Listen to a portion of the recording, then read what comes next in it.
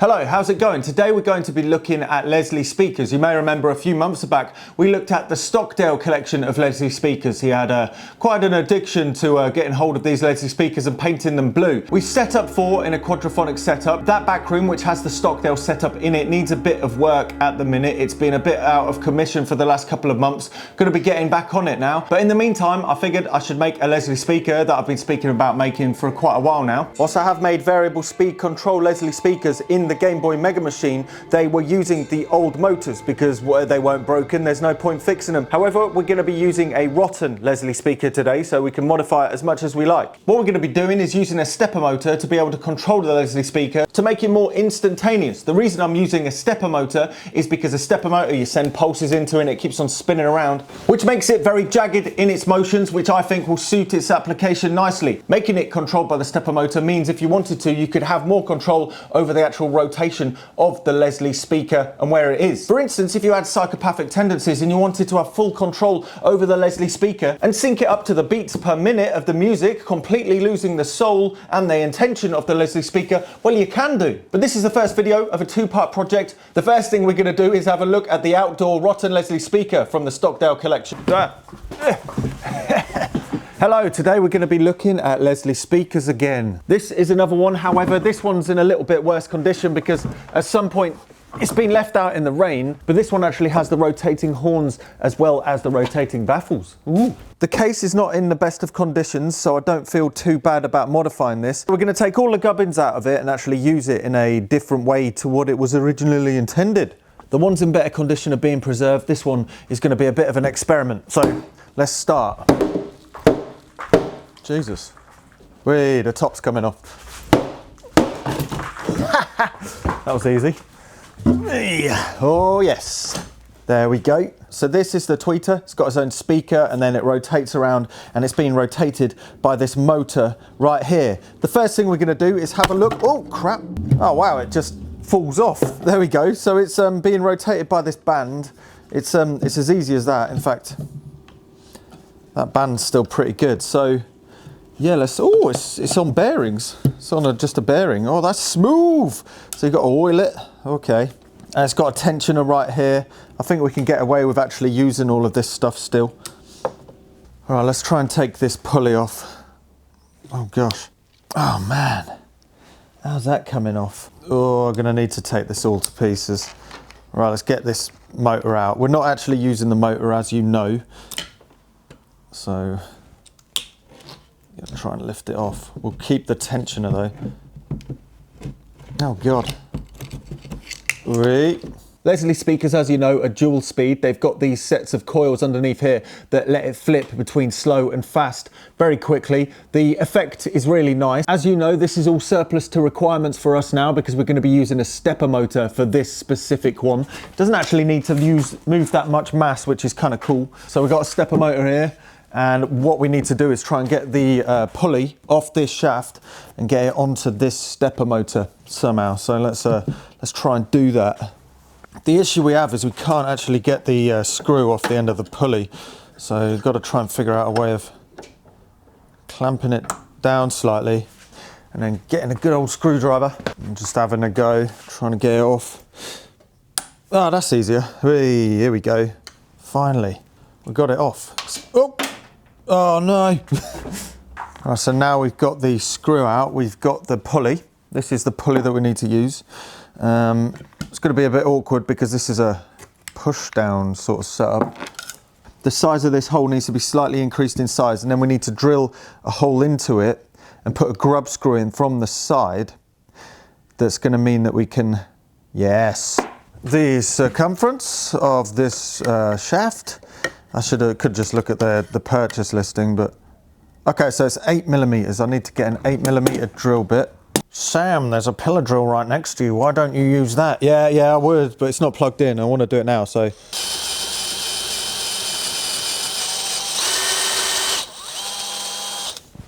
Cool. That'll do. That'll sit on there. So I'm going to put a hole for a grub screw.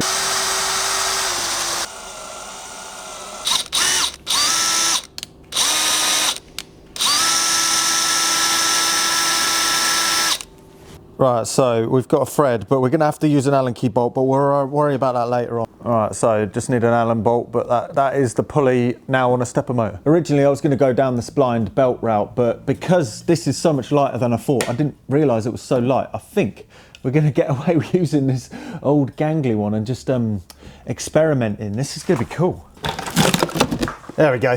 Taking that with me. Right, so I have this rather thick bit of aluminium I've just found over in the pile of metal stuff, and I think this is a good size. I'm going to make it quite a compact thing. This is going to actually overhang from the machine. It'll look quite cool. We're going to do this one in this video, and then we're going to build the baffle into a separate thing later on. Okay. Okay, so it's got this isolator panel as well, so that sits on top of it. The bolts go through, so this is sort of like something that's going to sponge the vibration. Obviously, doing this with a stepper motor, I have no idea what it's going to sound like. I mean, this might completely ruin it. Like, I have no idea. It's just a bit of experiment, a bit of fun. I'm sure there's somebody in the comments being like, "I would have done it like that." I do not give a monkey. Luckily, because of that, we don't actually need to drill a massive hole. I'm trying to get it so I can actually get it flat on the panel.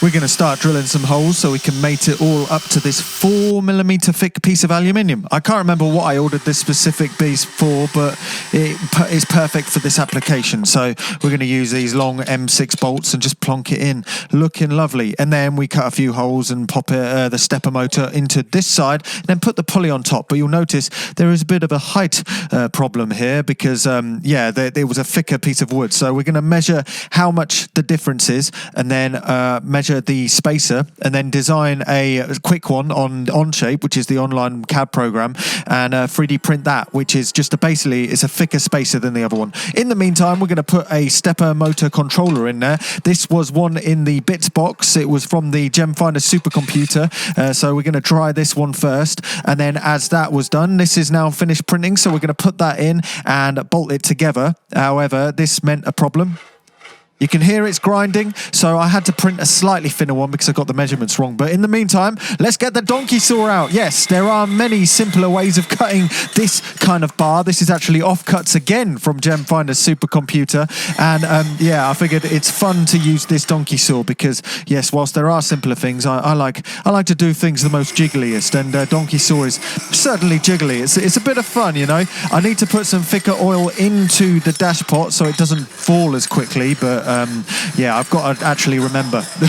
I keep on forgetting. Anyway, I'm going to enjoy my sawing. Just leave me to it. This stuff is all offcuts and it's all got loads of black paint on it, so we've got to grind that off where we're going to be welding. I'm just going to weld it as I did before using this wonderful welding desk, aka a stool. Thanks for all the suggestions on welding and the emails offering to teach me how to do it. Whilst I very much appreciate the sentiment, I very much like cracking on to my own devices and making my own mistakes. But thank you very much. Anyway, you'll see I've upgraded to an off-cut piece of steel now, and I've been looking into welding desks, and if this hobby persists, then I may get one. But before anybody can have a closer look at those welds, let's go and plop on some lovely thick hammerites. This is the crossover. This is the thing where the audio goes in and gets split between the two speakers, so it filters the low end out of the one that we're going to be plugging it into here, but it also filters out the high end to the other speaker, which is basically the subwoofer, the bass, and we'll be using that in the next video as well. This circuit board is basically an opto isolator. It's this circuit right here.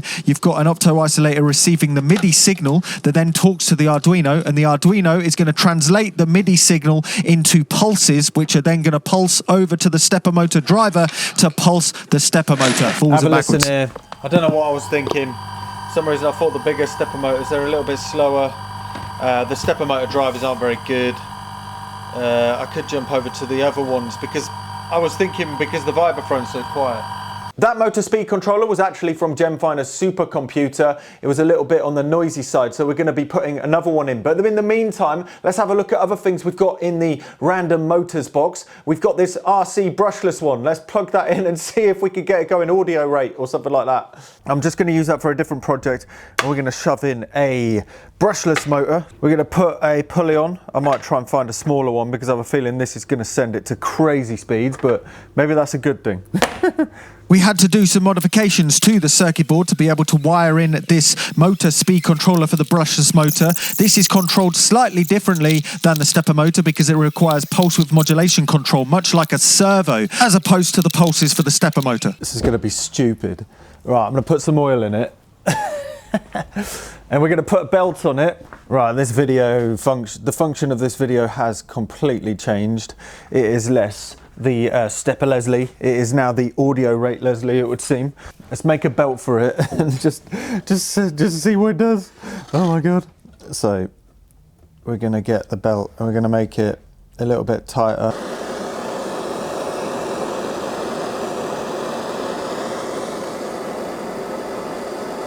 Right, so pop it on there, stretch it over. Is this gonna work? I finished this iteration just as Heimbach arrived to come and do some music for a few days, so he got to test the brushless motor version. Right, try it now, just give it a go. Okay. One note again. You want to film? Yeah, is this filming? Hey.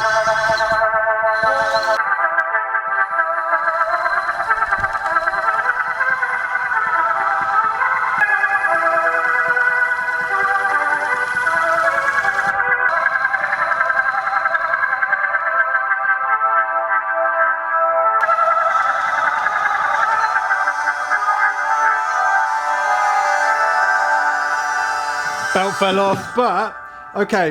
Wow, oh, there's a lot of material being shedded. that's mad. So Is that? that's part of the belt. Yeah, so the belt's kind of grinding. It's hot. It's kind of overheat. Was that the top of that? Yeah, Probably, but I mainly tried that to see what it would sound like at the high speeds, and you'll notice that it doesn't actually make much difference. It would seem the magic speeds for the Leslie speaker are the ones that are the tried and tested ones. The nice slow version, and then also the reasonably quick one, and then pushing it just a little bit beyond that. So what we're going to do is we're going to focus between very slow and the Leslie speaker speed and just a little bit faster, because too fast doesn't really make much of a difference, it just increases wear. So what we're going to do now is we're going to rustle through that box and find a NEMA 17. This was left over from the vibraphone project, so we're going to put one of these in. So this is this video's final iteration. It's got a NEMA 17 stepper motor in it and a TMC 2209 stepper driver controller. This means that the stepper motor is now running very quietly, and actually it works really well now. So this is now the same motor that is inside of the vibraphone, and also running the tape heads and the tape loop in the pitch shifter that we built a couple of months ago. I'm really pleased with how this is working. I've already been showing updates of its various iterations over on Patreon, but let's have a closer look first at what's going on underneath. So yeah, we've got the stepper motor, we've got the crossover from the Leslie speaker, we've got the tweeter, which is underneath the horn of course, and we've got the circuitry up here, which includes the Arduino, the opto isolator for buffering input of the Midi, and also the quiet running stepper motor controller, which is right here. This is the input panel. We've got power going in there, we've got a Midi input. It's also controllable via control voltage inputs, which makes it very useful with modular synthesizers of course. We've got an audio input, and then there's this little hole here. That's going to be the output going to the baffle, the bottom half of the Leslie speaker, which we're going to be building in another video to go with this to make it a full range Leslie speaker setup. Anyway, enough talking, let's get it wired in. One here. Something like that. Oh shit. I've currently got it wired into this KeyStep Pro MIDI controller. Initially, when it was plugged in and Heimbach was using it, it was using the modulation touch strip that is over here to control the speed of it. However, Chris, thank you, on Patreon, let us know that the KeyStep Pro actually has aftertouch. I had no idea. Have you been using it all this time? Didn't know. Aftertouch makes more sense for this, but you can use it with any MIDI CC command if you really want to. Basically, what aftertouch is you play the note, but after the touch of pushing down the note, you push further, then the aftertouch gets kicked in, and you're able to control the speed after you've even played the note. So that's what we're doing now.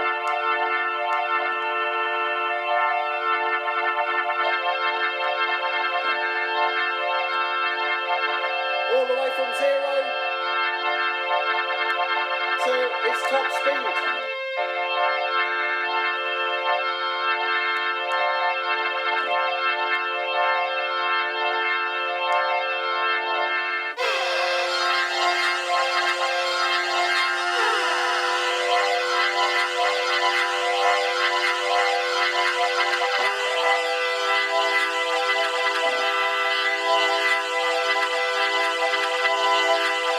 You can hear there's a couple of mechanical sounds. What is happening is basically I've had to code in a ramp up in speed. There's a physical limitation to using stepper motors. You can't go from 0 speed to full speed when there's a bit of load on them. What will happen is it will suddenly stall and go, oh, I don't want to do it anymore. What you have to do is if you want to go from 0 to max speed, you need to actually program in a little bit of a curve so it kind of gradually speeds up. If you go straight to it, it goes like this. You hear that? But the issue is when I play now, you can still hear a little bit of noise. That's because I haven't programmed in a ramp down. So when it goes from the top speed down to the 0 speed, it kind of breaks and goes. There's a little bit of a rubby sound in the stepper motor. What I need to do is fiddle with the code to figure out the quickest speed for it to slow down from max speed to the slowest speed without it making that sound. And I'll work on that more in between this video and the next video, which is when we build the other part of the Leslie speaker assembly, which is the bass part of this, which is right here, so we get the full spectrum of the sound.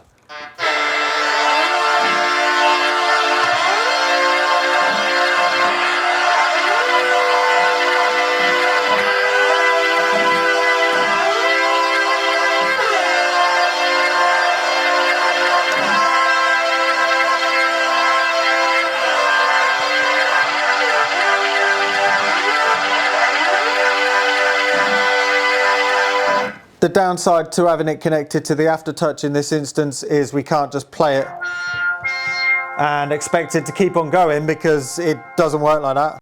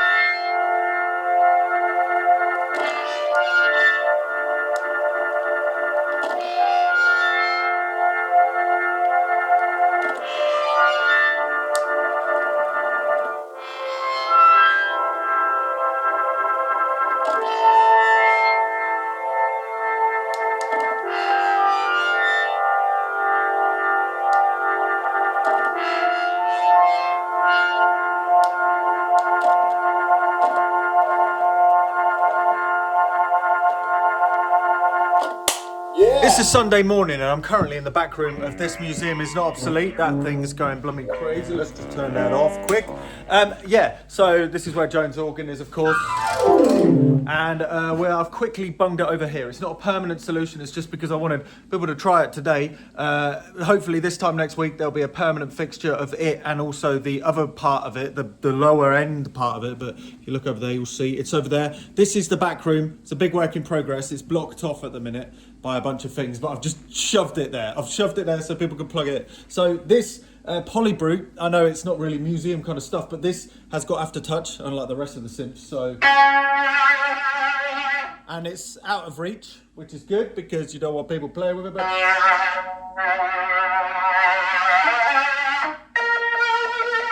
those boxes are other Stockdale items, so you've got a snare that plays itself in there. There's some self-playing percussion in those, and there's also a self-playing kick drum, and I've forgotten the blooming name. Comment below of that drum tablet. I forgot. And then there's the Compton behind. This is a project going to work on, and obviously it's got the Stockdale horns and these quadraphonic Leslie speakers and stuff. So we're going to look at this. Gosh knows whether I'm getting this video up in time today, but.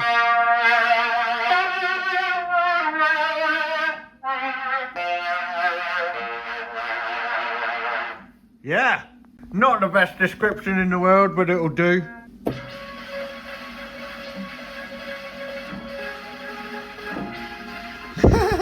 Anyway, that's it for today's video. If this gets uploaded before the museum closes today, you can pop over if you're local and have a go on it. If not, then it should be set up with the other one from this weekend. It's open every weekend, so have a go on it. It's not open yet, so the lights are off. It is very dark. But if you want to see the progress on the other projects and also the baffle version of the Leslie speaker, then go and follow over on Patreon. I'm going to be updating it pretty much every other day on there, so the progress and stuff, and then also download music. And if you want to support the museum, well, go and check it out over there as well. The links are below. Anyway, I'm Look Mum No Computer. That's the first part of the Stepper Leslie, and have a lovely time. Don't be scared to try it. Toodly, toodly, doodly, doo.